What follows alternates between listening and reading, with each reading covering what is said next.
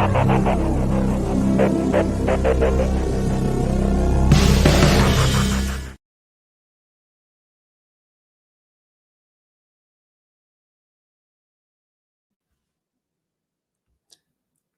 right, what's up, everyone? This is episode 74 of Catfish on Ice. Welcome in, everyone. This is Chad Minton, your host, with Rich Howe. How are you doing tonight, Rich? Doing awesome, man. After that awesome win yesterday, how are you? Doing really, really good. How could I not be doing good after seeing what we saw on Sunday evening? Oh, man. We finally got treated to a really exciting and dominant win by the Preds, because even the win over the Kings, you were kind of like, okay, like, yeah, you beat the Kings, big deal. That game against the Wild, I mean, they really all came together and just put a beat down, especially early on. They put a beat down on an undefeated. I did go on to the Soda Pod podcast and with State of – and I can tell you that they are not nearly as high on the Minnesota Wild as we are. I know. I saw that. I noticed that. But I'm still going to take this win and run with it, because it was a very impressive win. That was one of the more impressive wins we've seen from the Predators against a quality opponent in a long time, dating back to last season. I don't know if you'd agree with that, but it was a very impressive win. It was what they've been needing to do at the beginning of this season. They played. Well, it only took them 6 games. That's to true. do that. Yeah, I mean, we know they get off to a slow start, and then eventually things start clicking. But yeah. Well, what I loved most about this game, other than the obvious of Connor Ingram, which we're going to get really, really into Connor Ingram. He's the star of the night. He deserves to be in the spotlight. He deserves to be talked about for a whole hour, honestly.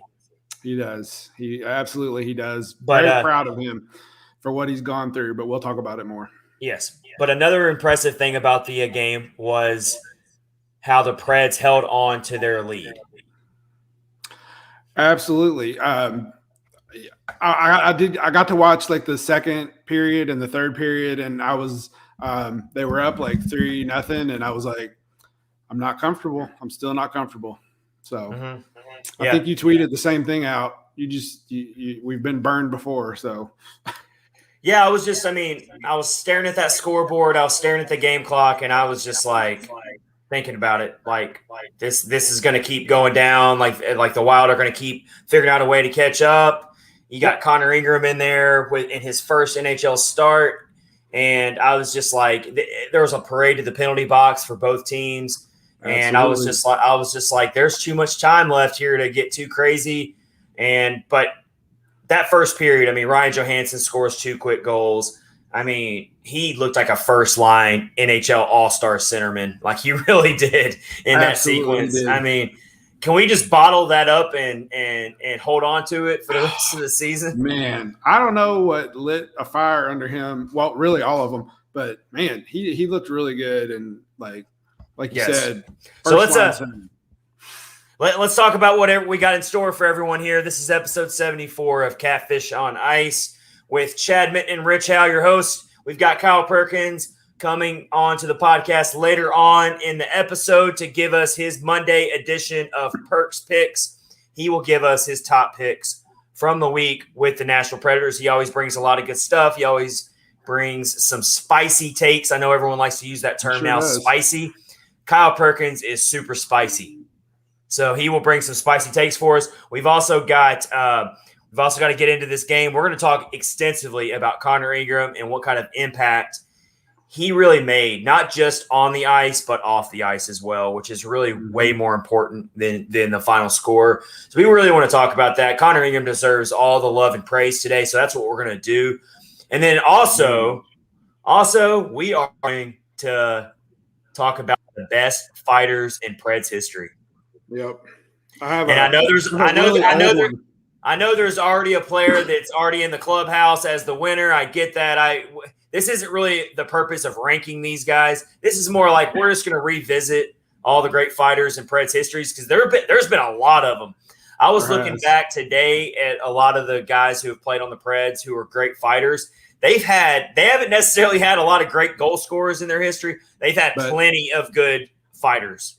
I'm looking forward to seeing the history. I know you've probably got some old ones. So yeah, I've got an old one. I'm going to see if you mention them. We're gonna list some obvious ones and give them some love. We've got some good responses on Twitter that we are also going to share, so we appreciate that. And again, like we said, we are presented by DraftKings. Promo code THPN. Go get the DraftKings Sportsbook app. We got NFL football going on right now, so that's this current offer. We'll get into more into that as well later in the episode. Let's get into it right now for the game. We were not going to focus too much on the negative here, but we do got to bring it up because it happened. This game also happened. It was back-to-back first road trip of the season. The Preds go to Winnipeg, which is like their house of horrors, honestly. Like they can just not figure out a way to win in Winnipeg. It's like Winnipeg gives me nightmares ever since 2018 playoffs.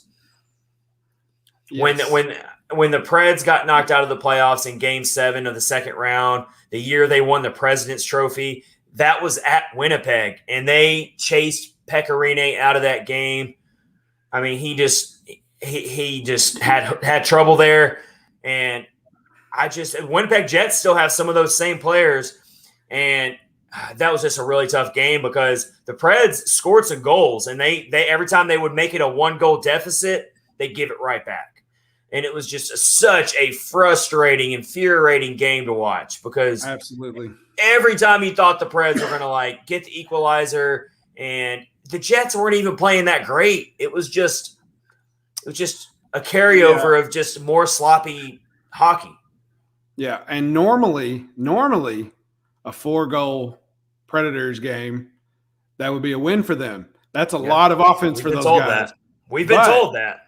But ran into the Winnipeg. I don't know if it was Winnipeg was good or the Predators were just not good. So, well, I can tell you that deflections were definitely the theme of the night for both teams. These random pinball style goals that were scored. UC Saros was the victim of that, but Connor Hellebuck was as well. And so it was like, right. I mean, both goaltenders just who are Vezina worthy type of goaltenders had horrendous nights if you look at their stat lines, but there were a lot of unlucky bounces involved in that as well. But eventually, I mean, the Jets just had too much firepower. I mean, they've got Kyle Connor out there getting loose constantly. But what's really upsetting about that game is the Jets weren't nearly at full strength. They didn't have Scheifele in there. They didn't have Blake Wheeler in there. They were both on the COVID list for them. And so it's like, you would have liked to see the Predators not give up 6 goals. Right. Six goals, not including an empty net goal, mind you. Those were 6 goals that were given up by UC Saros on the stat sheet. So just really rough for him. Feel bad for Saros. But we're going to turn the page on that. We're going into We're going into this Minnesota game, and I'll be totally honest. My expectations were super low. Oh, absolutely. I mean, I did not feel good about it. You're seeing an undefeated Minnesota Wild team who I have them pegged as my second best team in the division. So, I mean, on a back-to-back, Connor Ingram starting his first career game, I just didn't feel good. I did not feel good about it at all. And what do you know? The Preds score quick, and they get that big cushion early in the game, and it was just the tone setter. I don't want to be the negative person in this, but I do like to keep it objective, and I do like to keep everyone grounded in this scenario. If the Preds play the Wild in a 7-game series, at best, the Preds lose in 6. I'm just going to throw that out there. I hate to say it, but it worked out for them very well in this particular game, and they are now 2-4-0 on the season. Am I being a little unfair? Rich, am I being a little unfair there, or how do you feel about it? We've been burned in the past. We know that. So I would have to agree. I mean, the Wild, they're a good team despite what the Soda Pod guys say. They've got, all of our players that used to be with the Predators, several of those guys. And, I mean, I agree. I think it would be a very tough matchup for them to pull out a 7-game series, definitely. And obviously – the Preds are going to hopefully keep getting better and better as the season goes. They are one of the youngest rosters in the NHL. They're probably they're around the 5th or the 6th youngest roster in the NHL. Yep. So, I mean, when you have a young roster like that, the expectation is the team keeps getting better and better and better as the season goes. So I'm not trying to make some proclamation that the Preds are going to be the same team they are now at the end of the season if they do happen to sneak into the playoffs again. For what would be an 8th straight season that the Preds would make the playoffs if they can pull that off, which is a pretty amazing feat in and of itself. But it's good. It's not good enough for. It's not good enough for this fan base. I can tell you that. Yeah, that's what I was getting at. And to go back to my appearance on the Soda Pod with Isha, who founded the Hockey Podcast Network. It was awesome joining them. It was a blast. I loved joining them. They're just awesome. They do outstanding work. And his co-host is State of Hoppy. They do a lot of craft beer. They do a lot of craft beer reviews. They bring a lot of brewers on there and stuff. So they do that part of it as well. And State of Hoppy, he thought I was trying to butter him up, telling him that the Wild are this great team. And I'm like, I actually think they're pretty decent. But yeah, I do too. They don't see it that way at all. But they also said, State of Hoppy also said, he was like, oh, your fans are upset because you make the playoffs every year and you only made one cup final. I heard that too. It was very hilarious. So I guess you always gotta think is the grass greener on the other side type of thing. And I guess if Preds fans really expect a cup and they want a cup, and so making the playoffs isn't good enough anymore. Well, you're always hardest on the ones you love. So right, they were definitely pretty hard on the Wild. That's true. They were, but I respect that. I do respect that. I do too. That's how it needs to be. No, going into the numbers here though in this game, I mean, they get 2 power play goals. Ryan Johansson just opens up a can on everyone with two goals in the first period, and these are like sniper type goals. Yes, Roman Josi opens up the scoring with the power play goal on a wrister, less than 4 minutes into the game. Ryan Johansson scores about 2 minutes later. Then we go about another 7 minutes into the game. Ryan Johansson scores again. So you're 12 minutes into the game, and you're already up 3-0, and you've given that goal support to your rookie goaltender playing in his first NHL game. That is huge. That was the tone set. Very important. Very important for him to get off to that good start. And it let Connor Ingram settle down. I'm sure that really helped him calm some of the butterflies that he may have had naturally. Playing with a 3-goal lead, I'm sure that helped a lot. But let's talk about Connor Ingram here because I really do want to make the majority of the game reaction on Connor Ingram, and rightfully so because he earned it. And I can't get over how impressed I am with just how he carried himself. And I really want to read his post that he put out there because it's very important. Yeah, he put it out from his personal Twitter account, which he's very active on Twitter. He puts stuff out there all the time, and he's a really good follow for all Preds fans and all hockey fans. But you can follow Connor Ingram at CB Ingram1. But he put out right after the game, he put 9 months to the day that I stepped away and went into the NHLPA program for help. I played my first game. Amazing the things that can happen when you put your mental health first. Hashtag Let's Talk, which is the hashtag for mental health awareness that gets put out there for anyone who's ever dealing with mental health issues. That hashtag is very, very important. Type that hashtag in because you can actually talk. You can talk to people who are going through similar issues that you may be going through, and you can find someone and you can find common ground. You can sometimes just having someone to talk to can go a long way. And when you're battling with something mentally. And so I really appreciate the hell out of Connor Ingram, not for winning the game and having an outstanding game. Of course he had an outstanding game. I appreciate the hell out of Connor Ingram for using his platform for good. Absolutely. You see these guys, everybody thinks they have this awesome life. They make money, they get to play a sport, but deep down they're just people, and they've got problems just like you and I do, and probably their problems are maybe even worse than ours because of the pressure they have on them. And to see a player like him step up and, any of them, whenever they do it, just step up and say, hey, I'm a human being and I've got problems as well and I need help. That's a great thing to see. Definitely. It's so amazing. Just step up. It really is. And also another thing, kind of going into the X's and O's of the game, Connor Ingram told Lindsey Rowley of Bally Sports South after the game. He basically said, like, I really did. He said it straight up. I really didn't have to make that many tough saves. He did. I heard that part. Which, I appreciate his honesty there, but I do think he had to make some clutch saves there towards the end. He got tested.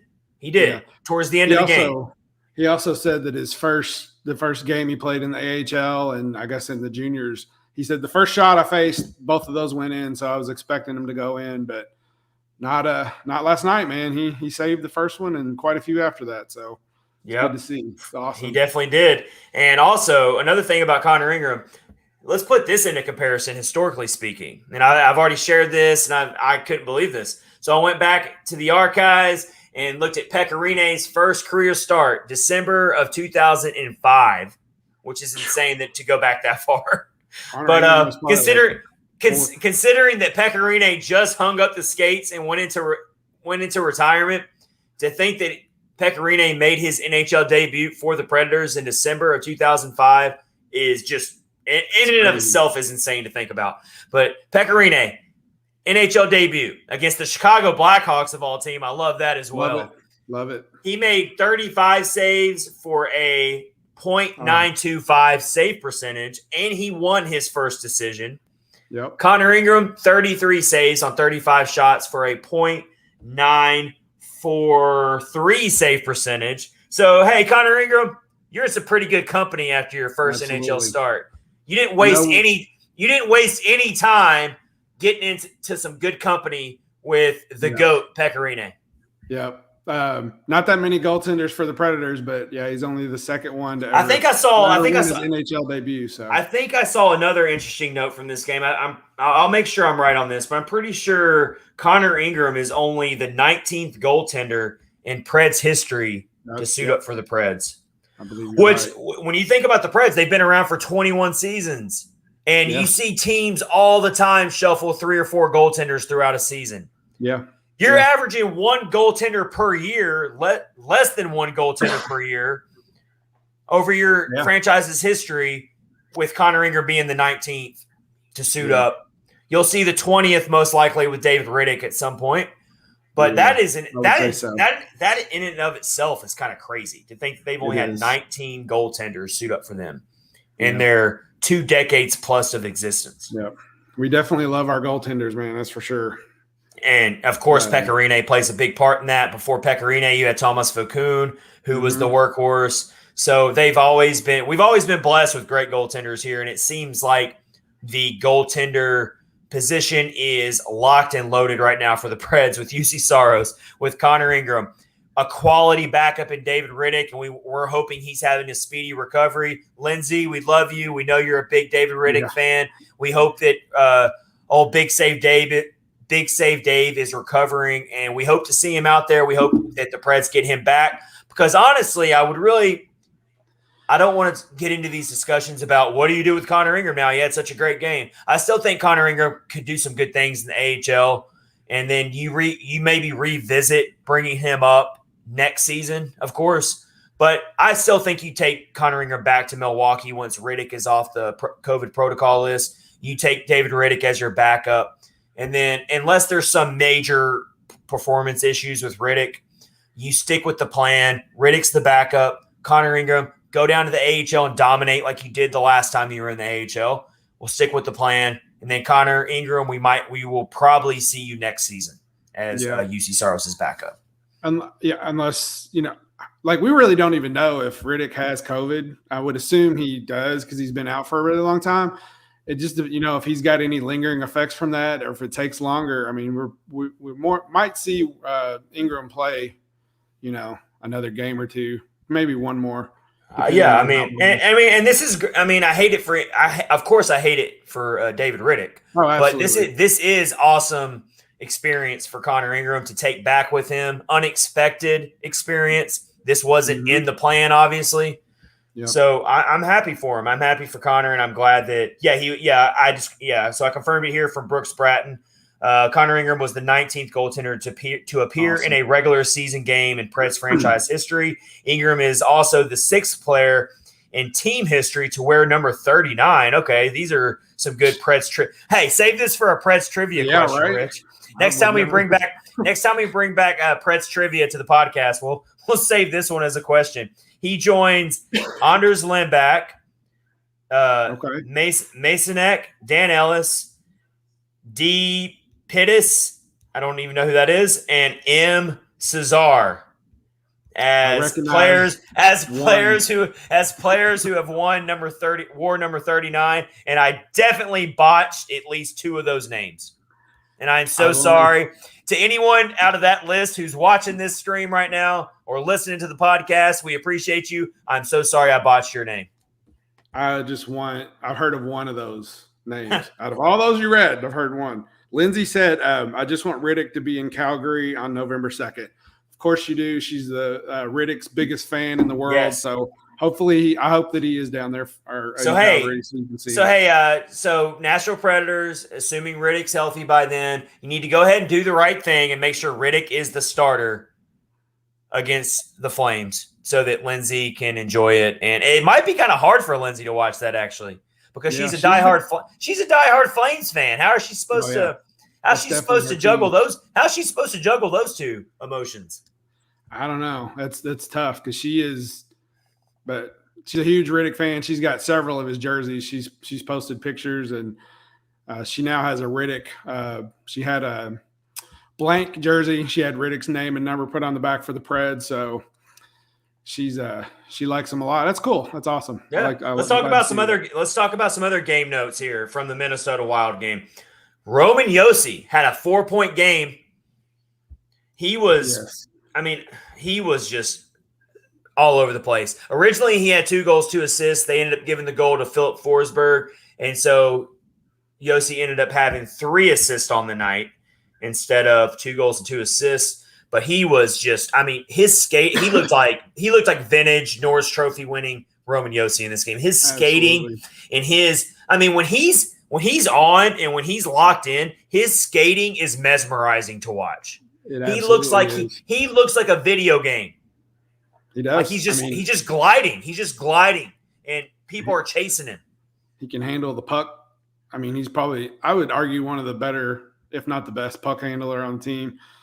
I don't know. He's amazing. So I'm glad to see him get back to form. Definitely. Yeah. So Roman Josi with his 4-point night. That was the last time Roman Josi had a 4+ point for performance was February 27th, 2018, when he put up 5 assists against the Winnipeg Jets. So, he's done it before. He's no stranger to it. I went back and looked at his game logs over the last 5 or so seasons. I didn't go back for that. But over the last 5 seasons, he puts up 3+ points regularly. But he hasn't put up 4+ points very often, which player does? Unless you're Connor McDavid. Right. But he does that quite a bit. But yeah, so very cool to see that, him to stuff the stat sheet. And then, of course, Tanner Jeannot had that baseball-style goal. That kid, man. He's one of my favorite. He is quickly, him and, I love those guys, the way they play. That is like that style.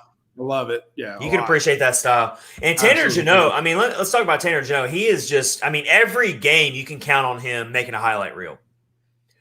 Yeah. Whether it's and it might not be because he scored a goal. It might be because he got a couple uppercuts in on somebody.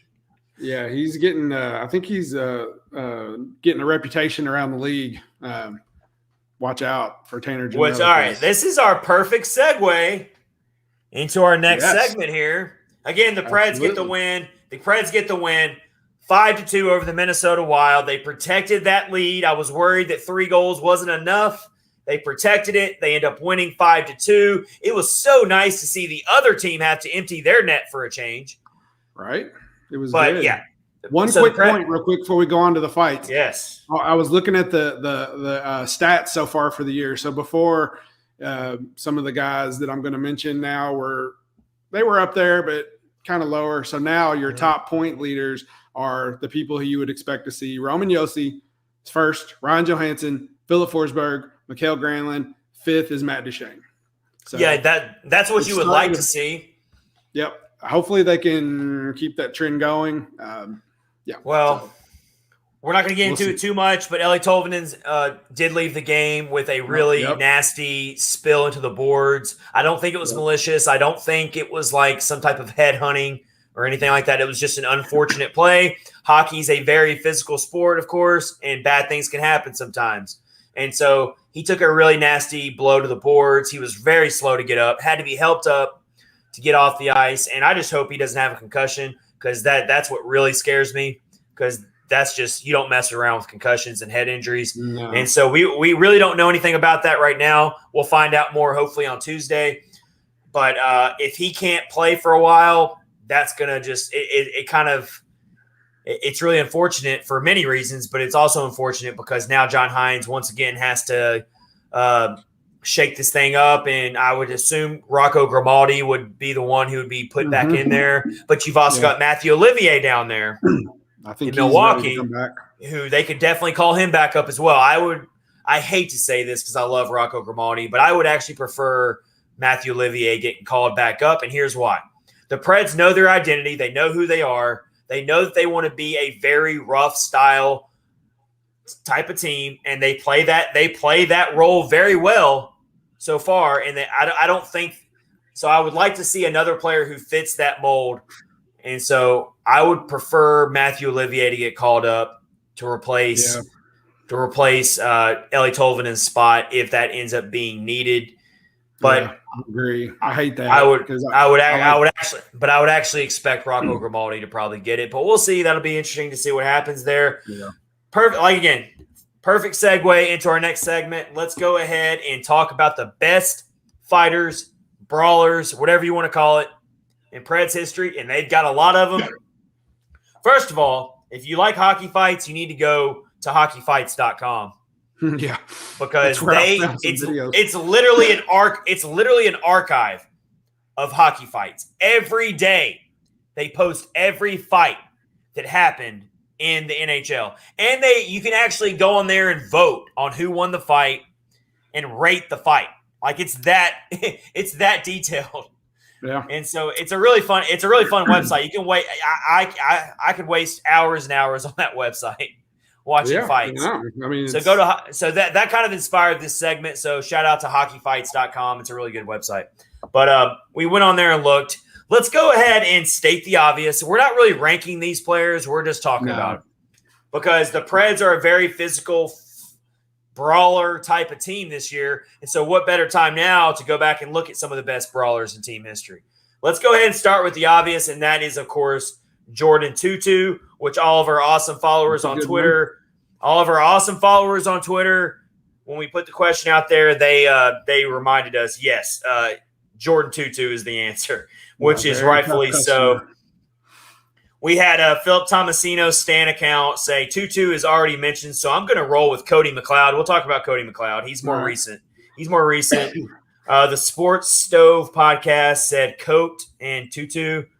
Glenn Spinner said only one right answer, and it's Tutu. And then Greg on Twitter shared a YouTube video of Tutu fighting. Let's see from what year this is. I watched this video and it was awesome. Let's see. He shared a video from 2010, November 2010. Wow. Jordan Tutu versus Sean Avery. And the Preds are wearing their navy blue silver jerseys in this game. That's my favorite. Everybody needs to go watch this. Tutu gets some uppercuts in here. I think the key to a really crazy and good hockey fight is when the player can actually get some uppercuts in. It is. I agree. Because so often they get tied up, they get tangled up, the jersey gets all tangled. Their arms get kind of like caught up to where they can't really get loose, and then they fall down, and really no punches are thrown.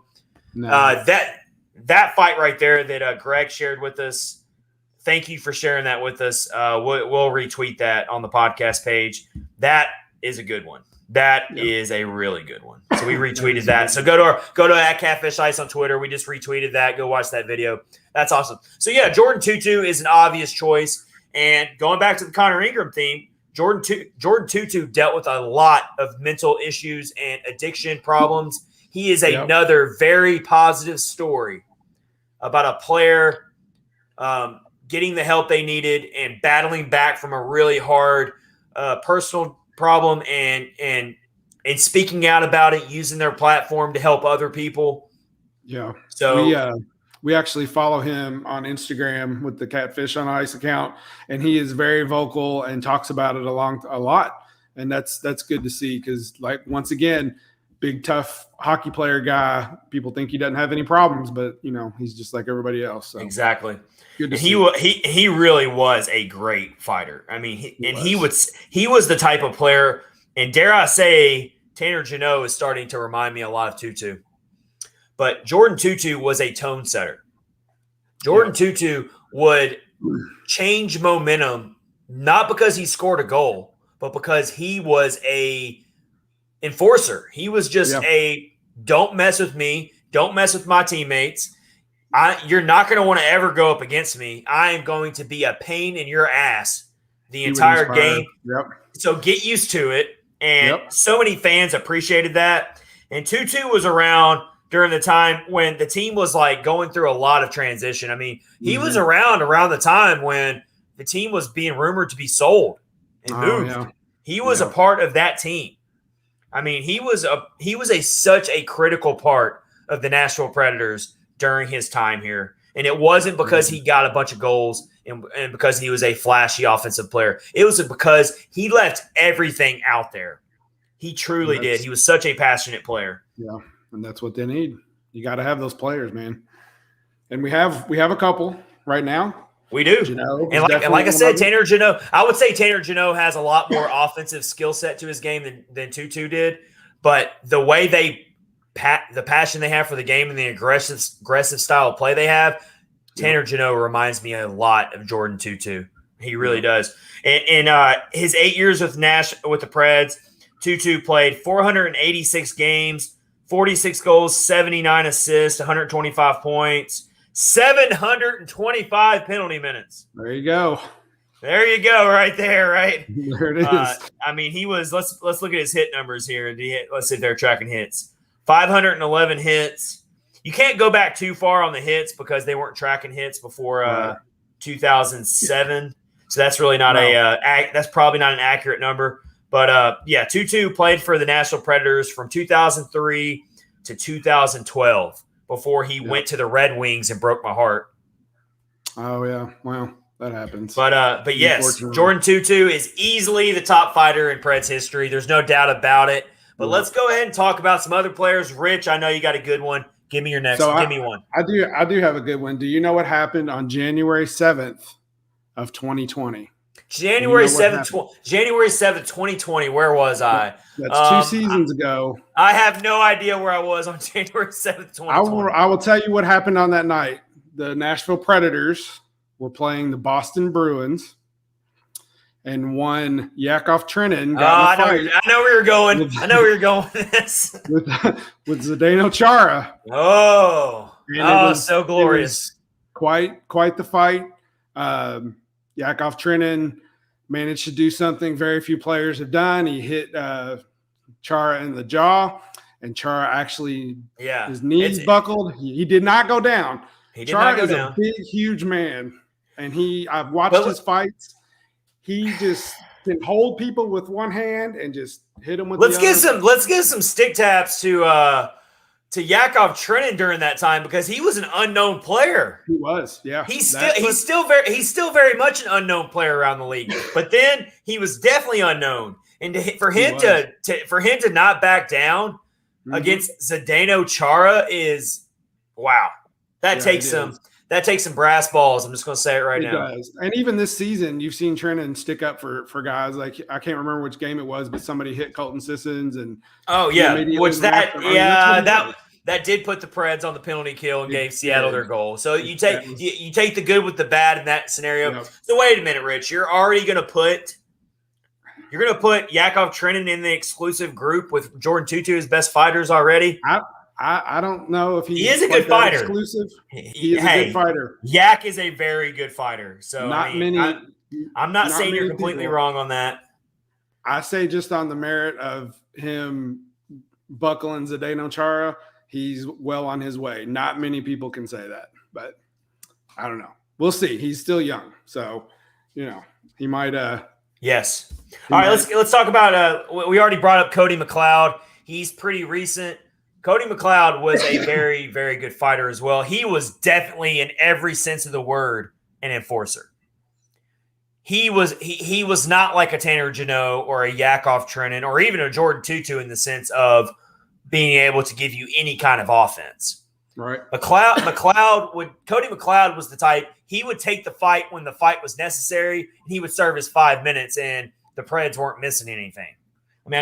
But he was a good fighter when he did get in fights. Were you already watching the Preds when Cody McLeod was on the team? I was not. Mm-mm. Okay. No, so yeah, he was very much just a bruiser, not bringing anything else. He would take all the fights when it was needed. He would take the 5-minute penalty if he was the guy that was going to take it. If one of his line mates took a cheap shot from somebody, Cody McLeod would be the guy who would come in and retaliate. There you go. It's like, we're going to sacrifice you to the penalty box for 5 minutes because we're not going to lose a whole lot by having you in there. But Cody McLeod was a good fighter. Cody McLeod has a long reputation in this league outside of being on the Predators when it comes to being a good fighter.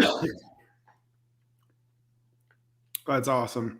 So, yeah, he was definitely a good one. A little bit of a different game back then. It definitely was. Even in the last few years. I got one that's very underrated, one that no one really talks about, but he's also pretty recent, very recent. He was on the team within the last 3 or 4 years. Anthony Potato. Oh, yeah. Do you know that name, Rich? I do know that name. He was he was kind of like a Matt Benning in a way. Like very much like a not going to get you any goals, not going to do much, but he was a very grinded out style player. He was a shot blocker. He would definitely lay his body out to protect his goaltender.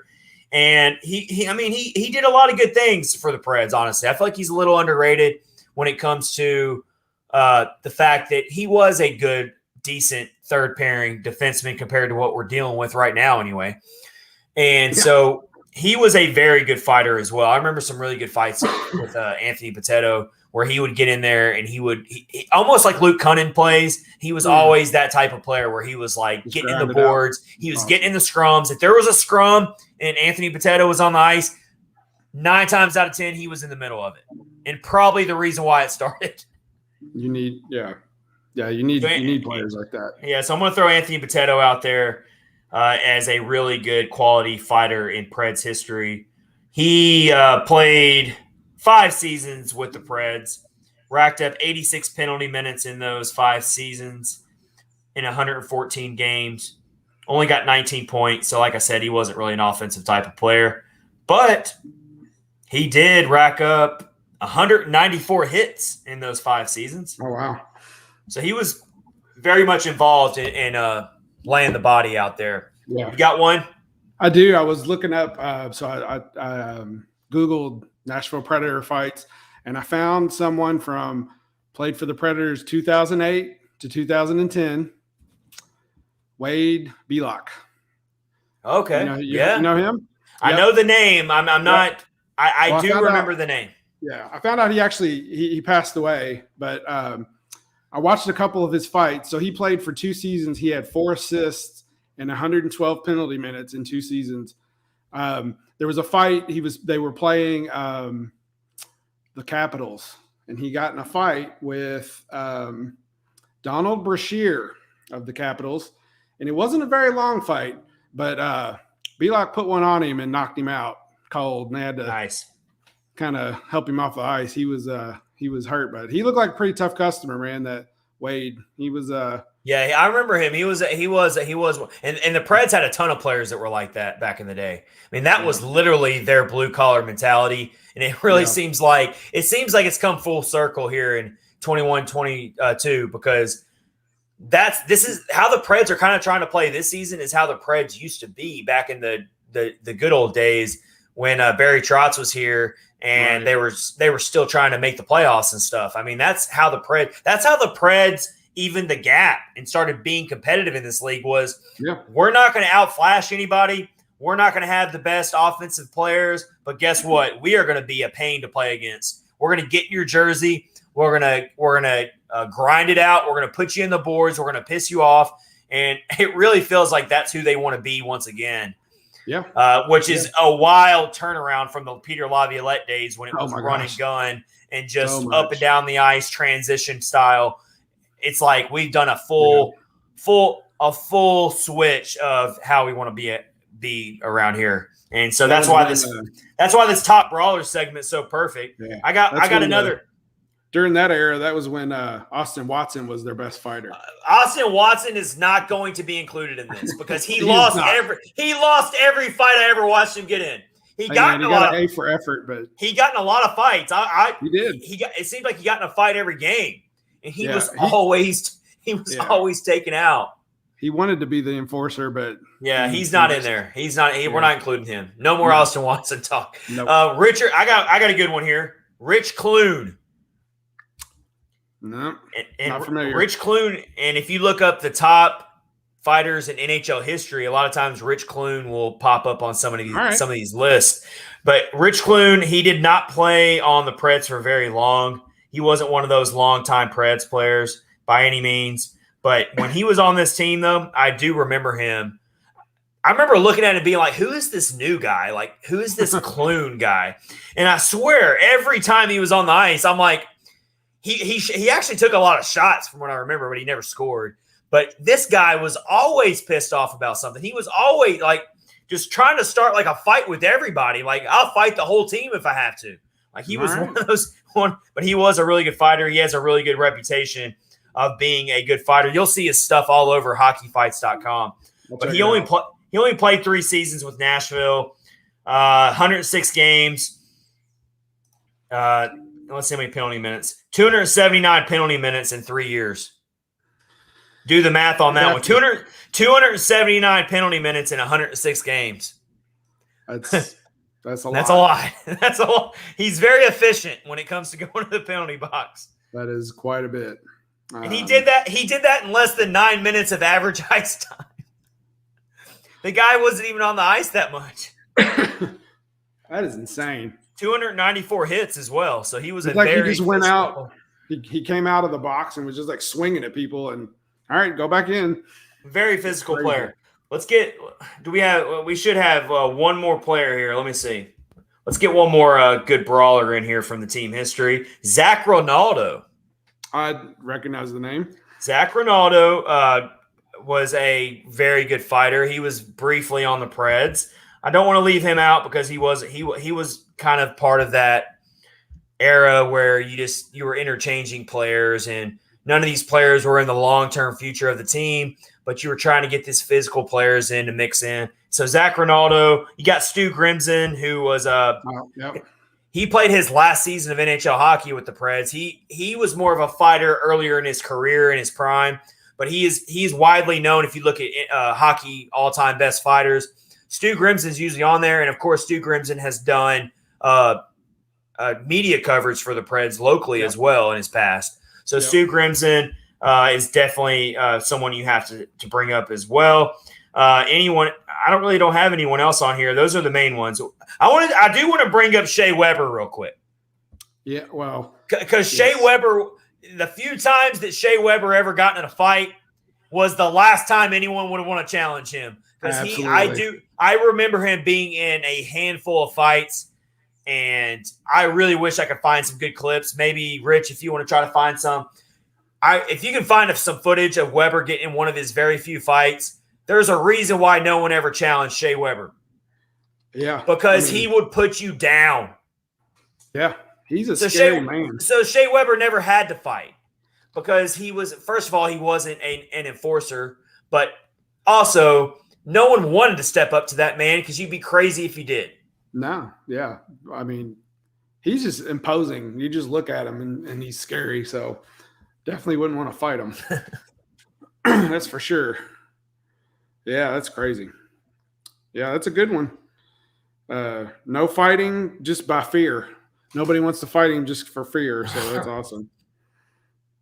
Right. Yeah. So the Preds, let's talk about their current team right now because I feel like their entire team just wants to be fighters right now. We've got Tanner Jeannot. We already talked about him. let's talk about his fight on against Winnipeg on the fight he got in against the Winnipeg Jets. He was, he got some uppercuts in there for sure. He sure did. He's going to get plenty more fights this season. Here's what's crazy about Tanner Jeannot. He's a fighter, but he's not like a lot of the players we just mentioned who brought no offensive ability. Right. Yeah, he proved that by that baseball goal he hit. Tanner Jeannot can do a little bit of everything. He can fight, and he can score goals, and he can get assists, and he can hit, and he can pass. He can do it all. And the sky's the limit to where he can end up. And so Tanner Jeannot, Yakov Trenin, Matthew Olivier, if you can see him get back into the game or back into the NHL lineup. Matthew Olivier has got some really good fights. Also on hockeyfights.com, you can see AHL fights. And there's plenty of Milwaukee Admirals fight you can find where Matthew Olivier is involved. Love it. So I'm pretty sure like a lot of our listeners are probably like not even watching us anymore right now because they're all going to hockeyfights.com. Yeah. They're like, I want to see. And I can't say I blame them either. But so Jordan Tutu is definitely at the top of the mountain when it comes to hockey fighters. But guess what? Tanner Jeannot is right there. If he keeps going on this career trajectory, Tanner Jeannot is going to be right up there with Jordan Tutu. Is one of the best fighters in team history. I'm trying to think of some other players who were just maybe like Luke Cunning's definitely the type of player that likes to get into scrums and likes to always get in the middle of it. So Luke Cunning. Yeah, we mentioned Trenin. And also a lot. Maybe. Yeah, Borowiecki hasn't really gotten in a lot of fights with the Preds, though. Yeah, that's true. Yeah. He got in a couple. He actually took on Pat Maroon last year. That was pretty good. I think he hit. All right, Maroon, so he had to get stitches, so good stuff. Hello, everybody. Look all right, is. we got our guy Kyle Perkins joining the pod. What's up, man? He is joining us for another edition of Perk's Picks. Perk's Picks. Got a lot more this time. A few more games to talk about. That's awesome. We love it. All right, so we're moving on. We're moving on to the next segment of Catfish on Ice, episode 74, as Kyle Perkins of Renegades of Puck, and of course, part of Catfish on Ice as well, with his edition of Perk's Picks, is joining the podcast. Kyle, we just got done talking about a lot of the best fighters in Preds history. Let's go ahead and get let's get some of your thoughts on some of the fighters in Preds history, and of course also the current ones. Like you're the world's #1 fan of Tanner Jeannot, so you can throw him in on the conversation as well. So one of my things is I own one jersey that has numbers on it, and that's a Jordan Tutu jersey. There you go. So that tells you that's my guy. For sure. When I first started watching, you go to YouTube and you look up the Predators. It's like, hey, let's see some cool clips, and you see it was a clip of Tutu, and he goes into the corner, and he hits a guy and knocks him out, and he goes down, comes up and knocks his teammate out. Yep. And sounds about right. I was like, he's fighting everybody. It's like he just took out two dudes in the span of about 3 seconds. This is awesome. So I'm a Toots fan. Yeah, so that's good. That's a good one.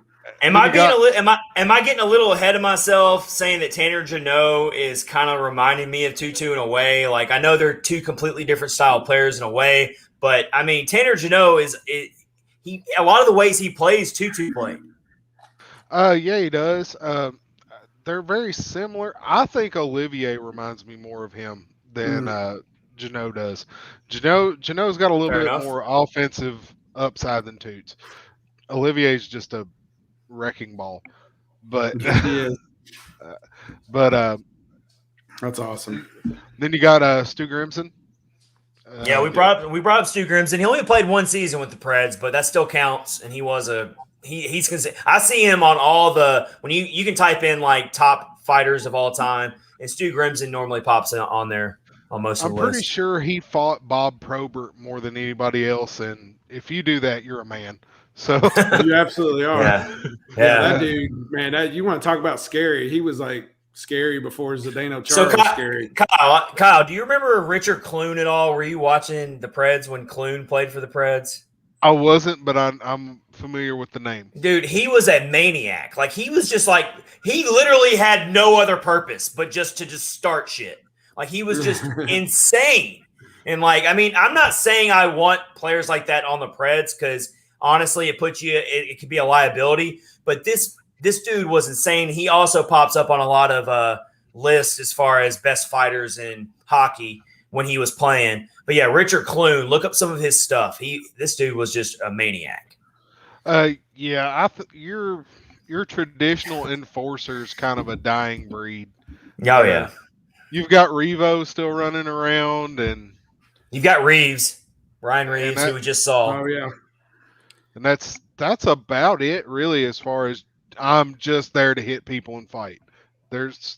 Now you've got everybody's got to have a little bit of skill. As much as I dislike the guy, you look at somebody like Tom Wilson. Yeah, he's got. I was gonna say Tom Wilson. He's kind of like one of those. Ryan Reeves is definitely in there as well. But there's not a lot. Pat Maroon, but there's really not that many though. I mean, it's like Kyle said, it's a dying breed for sure. All right, so we got you for Perks picks, Kyle. We're about to get into that. First, we are presented by DraftKings. We are it's an awesome sponsor. We love being in a partnership with them. They are your number one go-to source for all sports, daily fantasy, but also I know you're all football fans out there. The NFL season is not disappointed, and DraftKings has a really great offer for you right now. If you're hungry for another big win this week, DraftKings Sportsbook, the official betting sports partner of the NFL, has you covered. New customers can bet just $5 on any NFL game. And if they do win, you can win $200 in free bets. DraftKings is giving all new customers a free shot at millions of dollars in total prizes with their first deposit. So go download the DraftKings Sportsbook app now. Use promo code THPN. Bet just $5 on any NFL team to win their game and win $200 in free bets. If they win, you win with promo code THPN this week at the DraftKings Sportsbook app, an official sports betting partner of the NFL. Must be 21 years or older in New Jersey, Indiana, or Pennsylvania. New customers only. Minimum $5 deposit and $1 wager required. One per customer. Restrictions apply. See DraftKings.com/sportsbook for details. And if you have a gambling problem, please call 1-800-9-WITH-IT or 1-800-9-GAMBLER. So we got our Tennessee Titans that are just crushing people. It was a really good weekend for me because I know – well, the Jets lost. I'm a Vanderbilt fan. Vandy got crushed again. So Saturday, I was like struggling. I was struggling into Sunday. I'm like, how much worse can this get?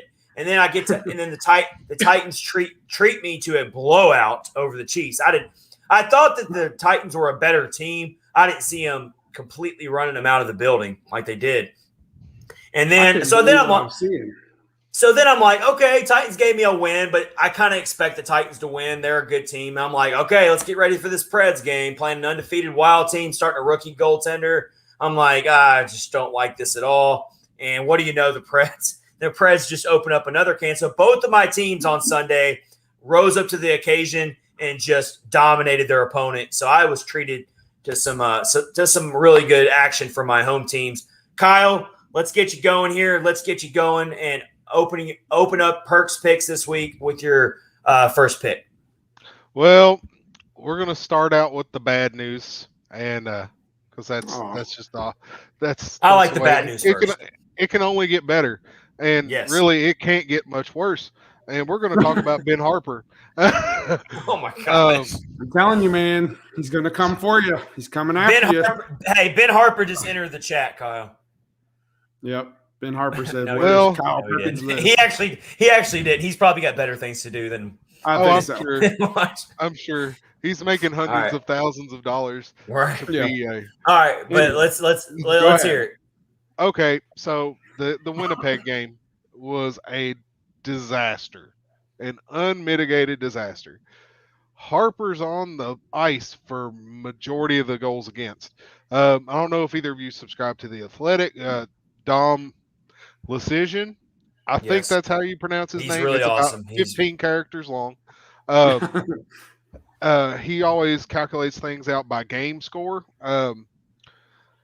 So right now in the NHL, the Chicago Blackhawks are the epitome of a dumpster fire. Yes, they are. Love it. and Love it. and Seth Jones is the bottom of the dumpster Oh, fire. And he makes so So much money. so much money. Yeah, that makes it funny. I love it because I hate the Blackhawks. But anyways, Anyway. Seth Jones' game score was a negative 3.5, roughly. I didn't even know you could be negative. That's Yeah, you can be that's negative. kind of scary. That's kind of scary. So, Yeah, definitely. As epically bad as Seth Jones was, Ben Harper was about a negative 3.25. So That's no bueno. yeah, the guy can't get out of his own way. He comes out of the penalty box and takes out Johansson, and they score off of that. It's just, Man. the guy literally just can't get out of his own way. Bad penalties, bad plays, defensive lapses. I just don't understand why they keep playing him. I know sure Hines likes. Yeah, I know he likes big guys, and Harper is definitely a load. But man, he just like you said, he can't get out of his own way, and it's causing a problem. He's got to see that. Hines has got to see that. What I see out of Harper is he just looks lost out there all the time. Like I feel like he's always chasing the play. Like the play is happening and he's behind it. Like I feel like every time something bad happens or the goaltender's in a horrible situation, Ben Harper is going to be somewhere in that area, but he's always in the wrong position. That's what I see. Yes, There's so many times UC was left thinking he was covered on a side by the defenseman, and he's bailed out and just left a shooter out there on their own. It's mind-boggling. And yesterday's game, Borvietsky had the two really bad plays. The one that led directly to a goal. He was still a positive game score. We'll take that. So yeah, it's kind of like, I mean, I know people like want to see David Ferentz, they want to see Jeremy Davies, and I get that, but I know I'm probably going to get a lot of pushback on this. Kyle, you might even give me some pushback on this, but I think that right now, with what they have, Mark Borowiecki and Matt Benning are your best options on the third pairing. They're going to make the least amount of mistakes, at least. At least I know they're still going to also make some good plays as well as some bad plays, whereas Ben Harper just looks completely lost and seems to never do anything. You bring David Ferentz up. Yes, he might bring some offense, and he looked decent in small sample size last season. But David Ferentz is going to make mistakes too because he's a young player and he hasn't played a lot. So I get that you want to develop him, but you also want to see these players develop in Milwaukee a little bit more before you do bring them up. So it's a tough call. But I think right now Mark Borowiecki and Matt Benning are your best options. Play it by ear. Let the season progress. If it just gets progressively worse, then you make a call. I would bring up Ferentz over Davies, but that's just me. Yeah, I agree on the Ferentz over Davies. But what I was doing there when I was going through everything, I looked up something. You know something Borowiecki has not done this year? What? I don't know. He has not taken a penalty. I don't know. That's pretty. Yeah, that's pretty surprising. Yeah, that is surprising. Last year he was a penalty machine. It seemed like every 5 minutes he's going in the box. He has not taken a penalty yet this year. That's what you need him to do. He's playing smarter. He's still playing that physical brand of hockey. Had a couple mental lapses, but he's a third pairing defenseman. I'm not going to be super mad about that. Right. It's not a every time he's on the ice thing. It was one or two little things. It happened in the worst time, in the worst spot it could happen, but I'll take it. Yep. Absolutely. All right. So moving on to our next one. One of our young guy still in the minors, and that's Mr. Zachary LaRue. I saw this. The boy Zach had a game this weekend. Sure did. He had a 6-point game, 5 assists, and an empty net goal. That's, I know it's juniors and points rack up in juniors, but that's still pretty impressive. A 6-point game, that's doing some work. I don't care what level you're on, that's impressive. That is impressive. Good to see. Good to see him getting all the assists as well. That means he's not playing selfish hockey. So absolutely. Going on up, and I hate this one because it's Ellie Tolvanen and the injury. I went back and watched it. I do think it was incidental. I don't like it, and I'm not going to speculate on what his injury is, but his head bounced off that board pretty hard. Yes. This is scary stuff. Yeah, very scary. And I was so happy because he was on the line with Forsberg, and they seem like they have so much chemistry together when they're on a line, and they were on there with Granlund centering them, and I just thought there was so much potential for that line. So I guess we'll see what happens, which brings me to the second half of this. Who does Nashville play in Tolman instead? Yeah. You've got the option, who's on the roster already, and Rocco Grimaldi, which is Rocco's okay. He's not gonna break a game most likely. It happens. He did it against Detroit. But we have somebody in the system that's pretty much in the same mold as Tolvanen, only just a little bit bigger and maybe a little bit meaner. I know you're talking about. And also has that booming slap shot, and that would be Igor Afanasev. Yes. And I would really love it in the morning to wake up and check the AHL transaction site and see him coming up to Nashville to play. Kyle, first of all, you say his name so beautifully, Afanasiev. It's such a fun name to say. Like when you can really master it, it's such a fun name to say. But yes, it just kind of rolls. Right, it really does. It's one of those names that just rolls off the tongue once you can actually say it properly. Igor. But all right, so we'll let Rich get in on this as well. But let me start off. Kyle, I would love to get the excitement. I would love to see him up here. I'm going to stay true to what I said going into the season. I want to see Igor put together a long chunk of time in the AHL, really build his stats, really hone his craft, and play for a really good team. He's a big part of that team. He's a crucial part. And just like Tolvanen's getting buried with NHL minutes, not getting a lot of minutes, I don't want the same thing to happen to Afanasiev, because I don't think he's quite on his career path as to where Tomasino's at. Where Tomasino, this kid doesn't even have to be on the ice but 12 or 13 minutes. It don't matter. He's still going to make things happen. I'm not saying Afanasiev can't do the same thing, but I at this point, if Tolvanen can't play, I would actually rather see Matthew Olivier in the lineup. Yeah. So neither of us are going with Rocco Grimaldi right now. But if they do call up Afanasiev, I'm not going to be like totally upset about it. I'll be glued to the TV screen like I always am, seeing these players make their debut. But I personally, and I guess I'm being a little bit safe on the safe side, I would probably say Matthew Olivier for me, just personally. I can see that, and move Jeannot up a line. I could see that very, very easily working out. But it's a tough call. It's a tough call for Hines. It is always tough. I do not envy that decision. Get in on it, Rich. What do you think? I mean, I think I would like to see Olivier back in some form or fashion, but I don't know. The part of me thinks that Hines will probably just go with Rocco. They're playing San Jose next, so San Jose is pretty tough. So we'll see. They've only lost one game, so maybe he'll go with Olivier for the toughness, hopefully.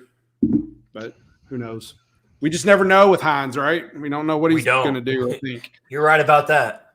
Yeah, so anyway. So The next one is another young guy, and that would be Tommy Novak.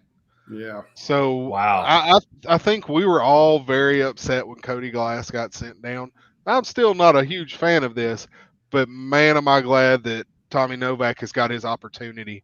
The kid already has 3 assists, 2 of them on the power play.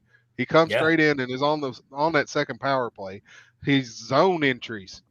Watch his zone entries. He's not dumping. I don't think I've watched him dump a puck in yet. He is always carrying it through. Good. I mean, he is just. That's my biggest pet peeve. He has just played solid, and especially at a center position for a younger guy. He's 24 years old. He's been really solid, and he's just been kind of forgotten down in Milwaukee. So yeah, for sure. Novak's the illustration of a player going the hard way. Like he didn't burst onto the scene like Tomasino did with all these crazy expectations. I want to say he's a 2015 draft pick. Yes. Yep. So it's been a long road for him. And I'm sure a lot of Milwaukee Admirals fans, including our buddy CJ Wojciech, knows all about Tommy Novak, and they're not that surprised. But there's a lot of Preds fans who don't follow the AHL team very closely, and the only prospects they do follow are the big ones like Tomasino. And so now they're seeing this Tommy Novak guy, and they're like, who's this guy? Like this guy's pretty good.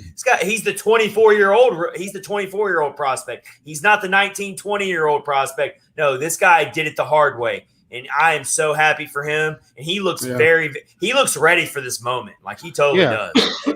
CJ brought it up whenever I talked to him last week, and he was so excited about it. He's like, you don't understand his hockey sense, his intelligence for the game. He knows what's going on around him. And being his first couple of games, and he's already got 3 assists, that's doing pretty good work. It is. So absolutely it is. He looks really good with Thomas. He looks really good with Tomasino out there too. I love that connection they got with each other. They do look good playing with each other, and I wonder. I'm not for certain. Did they play on a line last year together in Milwaukee? I would have to go back and make sure for sure. But I do know that I want to say on the broadcast, on the Bally Sports South broadcast, I thought I heard something from Willie Donick and all them saying that they do have a lot of experience playing together. But I could be wrong on that. But I'm feeling pretty good about the fact that I think they did play together with the Wolves, Chicago Wolves last year. Yeah, I messed up and said Milwaukee last year. It's okay. It's easy to forget that. We kind of want to forget that because that was weird watching our prospects play for another organization. But yeah, they need to be in the blue. That just doesn't work out. So okay, this is a hot take. We like hot takes. This is my biggest hot take. I like the Admirals logo and color better than the Preds. Ooh, that's pretty. That's spicy. I like it. I do like their colors. Their colors are very sharp, and it's like a pirate, isn't it? It almost looks like a pirate. It's a very good logo. Pirate skull with the hat. Yeah. It is a really badass logo. It is. I like their logo. I would love to go to a game up there. Oh, I know. Oh, it looks so fun. Like wearing my Preds gear, and because these AHL fans, they are rowdy. Like they get into it. No, just because it's a lower league doesn't mean they don't get into it just as much. Yeah. And I remember growing up as a kid in Nashville, we used to go to Nashville Knights games. We used to have a team called the Nashville Knights. And this was back, I don't even know what league it was considered, honestly. But this team was, we were just talking about fighters. That's all they did was fight.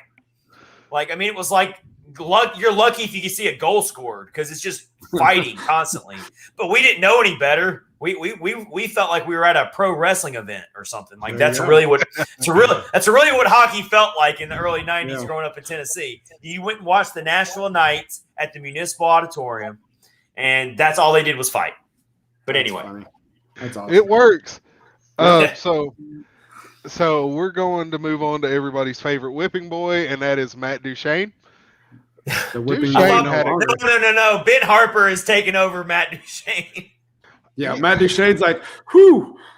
Yeah. You might have a point. people are complaining less about the money and more about the, oh my God, did that Mistake. just happen? Uh, but Duchesne had probably his best game maybe in a Preds uniform yesterday. He had 3 assists, so distributing the puck well, getting it to other people. But how many posts did he hit? Dude, If you go back and look, I bet he hit look that up. The dude is perpetually snake bitten. Like I don't know what he did to make the hockey gods mad, but he needs to repent, say he's sorry for whatever he did. I don't know if he stepped on the NHL logo and I don't know what he did to tick off hockey gods, but this guy cannot catch a break when it comes to getting these good looking shot opportunities. Then he just clings that post.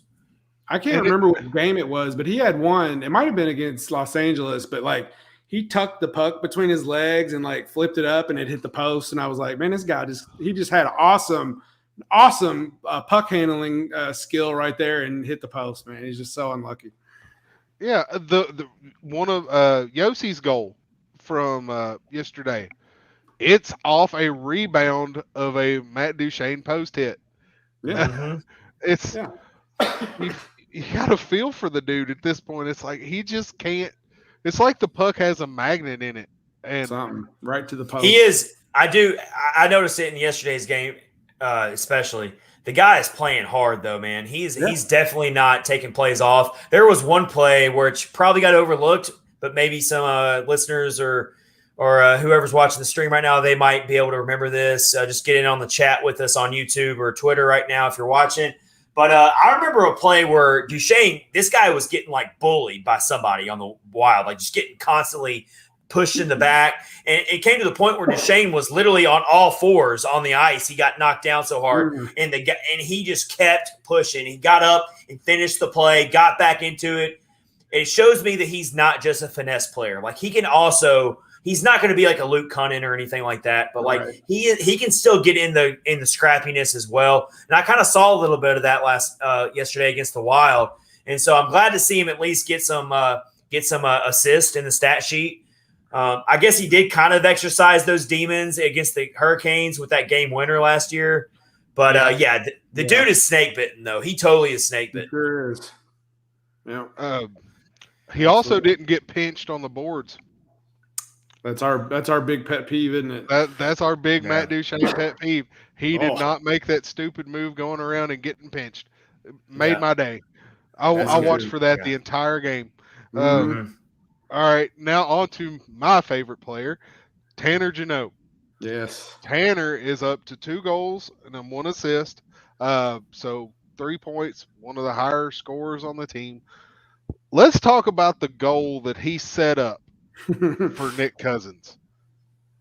That is the exact kind of play that the top 2 lines need to be producing. That pass through the crease to set up a crashing Cousins to just tap it, that was beautiful. I love that so much. Then Jeannot has the baseball goal. Oh man, that was pretty. The wherewithal to keep his stick down under the crossbar, under the goalie's shoulders, to not be playing it with a high stick, to be able to hit it accurately into the net. That's impressive. Very impressive.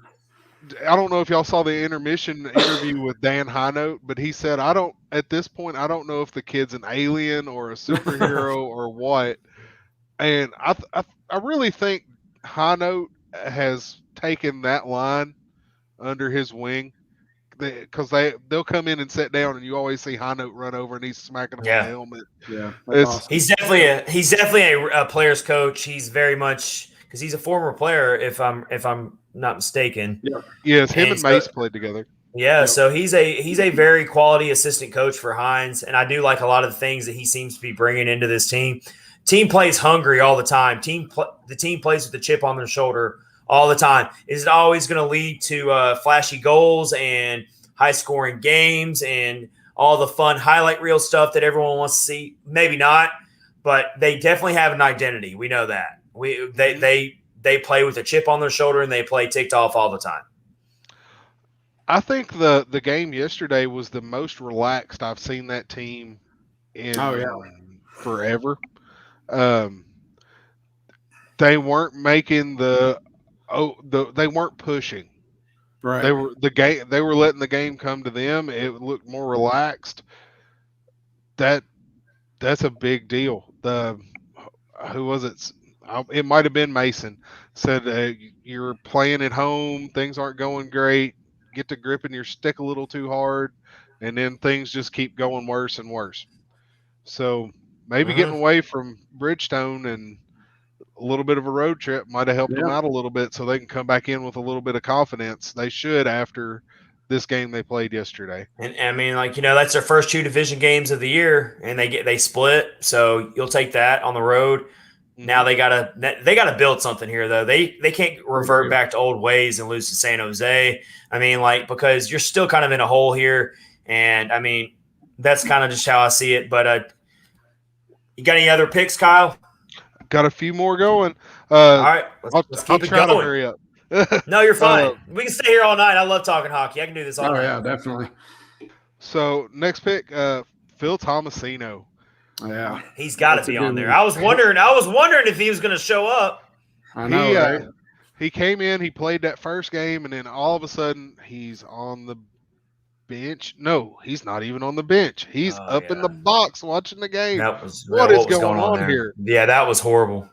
And he even had an interview and was talking about Duchesne talking to him. Duchesne talked about it on the radio, saying, I couldn't handle that. If they did that to me, there's no way I could have handled that mentally. And he said he's a lot more mature than I was at that age. And it's like, oh, wow, that's pretty interesting to hear from one of the big money guys on the team. Well, he comes in, his mom and dad in the stands sitting next to Janot's parents, and scores this weird looking off the back of the goalie goal. And it's like, okay, he got his first goal. That's awesome. Well, he's kept it up. He scored another goal, got another assist. Looks very much in the play. I don't know if you all remember it. There was a play that he set up Yossi with a drop pass that was absolutely gorgeous. And I think it even surprised Yossi because it was Hellebuck was playing out of his mind because he's a perennial Vezina guy. Tomasino could easily have more points than he has right now. He's had some very near chances, both assist and goal wise, like where he could have. I mean, he's got 3 points in his first 4 NHL games. I mean, he's staying on pace of what he's done his entire hockey career, which is be a point per game type of player. Yeah, he's doing what he should be doing. They're playing him with line mates that are for him. He's got a 28.6 shooting percentage right now. I know that's very, very. I know that's bloated. I know that's going to come down. That's not a normal number, but just right now, he's got 7 shots on net all season. So he's only getting 12 and a half minutes of ice time, but he's got 7 shots on goal right now. He's feeling his way out. He's getting comfortable. You're going to start seeing those shot totals go up, kind of like what happened with Eeli Tolvanen. But as of now, he's making the most of his opportunities on the ice. I'll tell you that. 12 and a half minutes of ice time, and he's making the most of it. He's won 4 out of 9 faceoffs. I mean, he's doing some things. He's making the most out of his brief time he has on the ice. He knows. Oh yeah, he's get the bang for your buck. Bang for your buck. I like it. Give me a shirt. Give me a shirt that says that. Bang for your buck. That's awesome. Going on to our next one, and that's the captain, Roman Yossi. Yossi had 4 points yesterday. Had a goal and 3 assists. At one point, he had 2 goals. They determined it was took that one away. They felt bad for Forsberg, and they were like, "Hey, Forsberg, we're going to give you this one. We're going to give you this one." The tip of the stick must have just barely deflected it in. Yeah. That's good. That's good for that. That's going to be really good for. That's going to be really good for contract year Forsberg stats. Yeah. They don't ask Yeah, how, just how many. Exactly.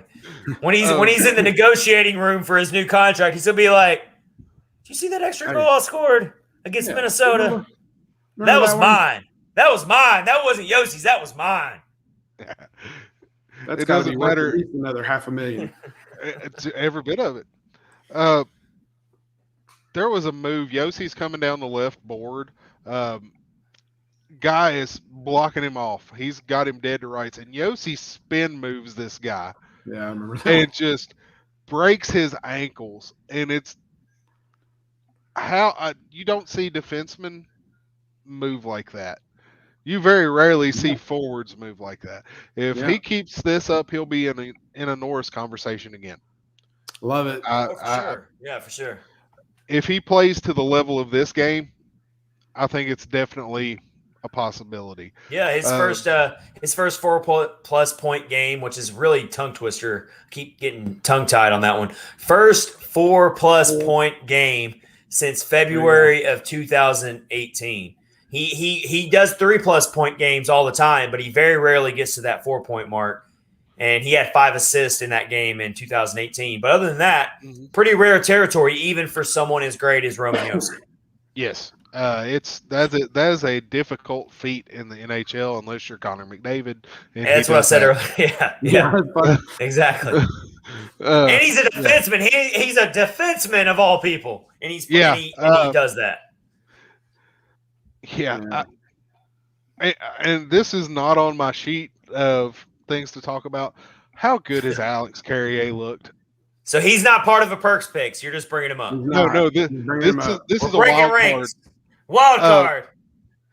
Alex Carrier, that kid has looked good. He's running a power play sometimes. He's on the PK. I like him on the PK. Well. That's my big. I know his offensive abilities. I was beating the drum for Alex Carrier to be playing before the youth movement was even a thing. I was like, get this kid up here. Rich, can you back me up on this? I was literally saying, I was writing Predlines articles saying, get this guy up here, because at that time the Preds were still dealing with third pairing issues. They had Matt Irwin in there, they had Yannick Weber in there, they had gosh, I don't even want to think about it anymore.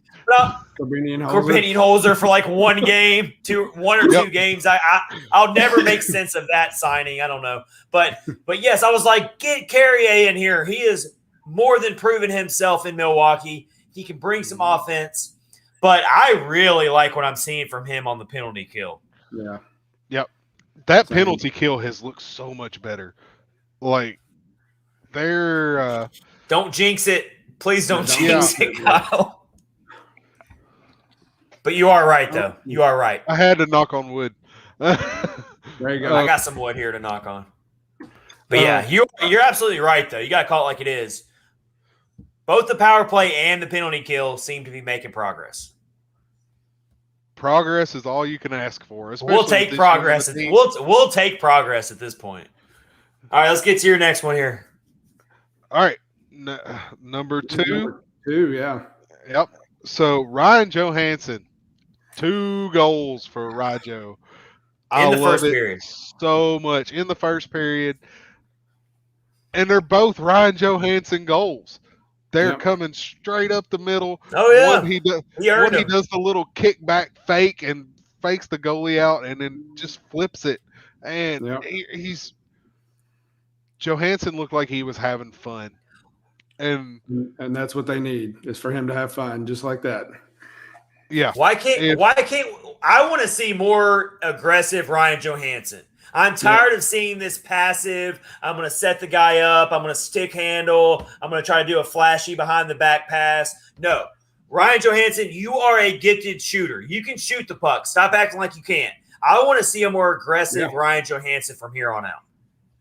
Oh, absolutely. In my notes here, I said he's finally pulling the trigger. I wanted him to get a Hattie so bad. I know. That would be nice. So close. Good for him, though. Speaking of Hatties, I wanted Jeannot to get that Gordie Howe hat trick against me. I know. So bad. He did get the fight win, though. So he did. Oh yeah, easily. He got a couple uppercuts in there that were clean. Yeah, he dominated. He owned that fight for sure. He's been wanting one all year. He has been. He'll get another one. It won't be. We won't have to wait too long before we see the next one. My good old Uncle Gordy. Hey. All right. So the story of yesterday, I think, and everybody was very happy about this. This is number one. Number one, Connor Ingram. Getting his first start in the NHL. 9 months to the day of him going into the NHL player assistance program. That's crazy. His first start. This kid has been through a lot. He drafted high by Tampa Bay. They soured on him, trade him to Nashville for a 7th round pick. That's pretty insulting for a player to get traded for a 7th round pick. especially a goaltender. Yeah. You don't just dish out goaltenders for a 7th round pick unless you've just completely given up on them. Yeah. He comes up, goes to Milwaukee. He's playing there, and he's splitting time there. And I just went blank on the other goalie that we had there. Grosnick, Troy Grosnick. Grosnick. I think it was. Yes. Yeah. He was a career AHL goaltender. Grosnick was. He was never coming to the NHL. Him and Grosnick dominated that season they played together in Milwaukee. Just absolutely dominated. Then Ingram gets sent over. Was he playing in Sweden? And I believe so, yeah. During the COVID season and everything else, and there's all these issues that happen there. He comes back over after that, and that whole ordeal, which he was found that no wrongdoing was going on. It was just a really bad game. Or what they accused him of throwing the game or something? Yeah. Yes. But he comes back over, and then he goes into the player assistance program. For whatever reason, I don't know what it is. He's made posts about mental health. If that's what his issue was, I'm really glad he got help, and I'm really glad he's speaking out about it. I have a theory on what it was, and I don't know if I should say it or not, but I'm not. Never mind. Forget it. I'm not going to talk about it. It's none of my business, not my story. So go ahead. Sorry. But we'll leave it there on that. Yep. I'm just glad he got the help. Absolutely. So he goes through this program. He gets out. He plays a couple of games in Chicago last year to end their season out. Does okay, not great. The thing that really impressed me, and it makes me proud to be a fan of the Nashville Predators, they kept him in Nashville all summer. Yep. Making sure he was training here. Yep. Making sure he's training, making sure he's okay, making sure he's eating right, making sure he is doing the best things possible for Connor Ingram. They didn't just send him, all right, we'll see you at camp. They're like, we want to take care of you. Stay here. So it's the human element. It's the human element of these things. You know, they're not machines. They're not robots. These are human beings.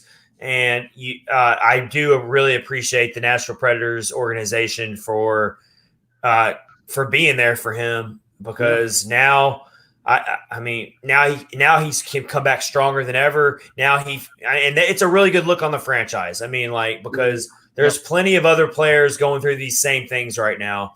And you just hope that every team adopts this way of thinking of like, hey, we don't need to push this to the side here. We need to make sure that we take care of our players if they're dealing with these problems. And so it's just an outstanding story on so many different levels. So happy for Connor Ingram. Yeah, definitely. And I was really worried that he might get lit up in his first NHL start. But even if he had gotten lit up, I wouldn't have cared. I still would have been so happy for him to make it back to that level. He started an NHL game. He was the 19th goaltender in franchise history to suit up for the Nashville Predators. Considering where he was 9 months ago, that in and of itself is insane and incredible. Mm-hmm. It didn't matter what he did after that. The fact that he put together that performance is just icing on the cake. Yeah. He is the second goalie to ever start their first game and win. Yep. Do you know Pecorine is the one? other one. Pecorine, come on now. Yep. Yeah. So he's in pretty lofty company there. And he actually posted a better save percentage than Pecorine in Pecorine's first start. He saved 33 or 35 with a 9. Yeah, man. Yeah. I mean, he was tested. He's definitely tested there because the Wild predictably sent everyone out and just went guns blazing because they were down so far. And so they got some really good opportunities there at the end where if Connor Ingram lets a couple soft goals in, suddenly you're talking about a 5-4 game. And suddenly you're way more sweating that one out there at the end. But instead, Ingram holds strong, and we didn't have to sweat it out as much. No. Yossi said after the game, whenever he played his first game, he was so nervous. He was freaking out and just nerves and jitters. He said, we turn around and look at Connor tonight, and he's just back there just kind of grinning and having a good time. And they're like, he never got up, never got tore up anything the entire game. He just sat back there and was locked in. Another thing Ingram said after the game was he was expecting the first shot to go in because his first that first save he made, he kind of like scooped it up in his chest almost and held on to it. Like it wasn't necessarily a comfortable looking save, but he did it. Yeah. And I think he looked at the official and, hey, save this puck for me. So hopefully they save that puck for him. The first shots he faced in the WHL and the AHL they both scored on their first shot. That's funny. Oh, well. He was really excited. All right. Yeah. Something else he said in the interview afterwards was they were asking him about his nerves or whatever, and he said, it's like my father has always said, no matter what happens today, the sun's going to rise tomorrow. So he's real positive and laid back, and that's hell good, yeah. good to see. Love it. So, yeah. Give me all of that. Give me all of that. That's a great way to end episode 74 of Catfish on Ice. We are all about the positive vibes coming out of the weekend. Preds win. They beat the Wild. They get their first road win of the season. This has been episode 74 of Catfish on Ice. Kyle Perkins, thank you for joining us. Kyle. We will see you for another edition of Perk's Picks. At KPerk86 on Twitter. Go follow him. He's also part of Renegades of Puck. Check out all of his stuff, all of his memes. He just doesn't miss a beat with these memes, but he's also got really good press coverage as well. He knows what he's talking about. We appreciate having him on the podcast every week. Can't thank him enough for that. Until then, everyone, we really appreciate you listening. This has been episode 74 of Catfish on Ice. Chad Minton and Rich Howe. We will see you Thursday for episode 75. Until then, everyone have a great week and go Preds. Have a good one.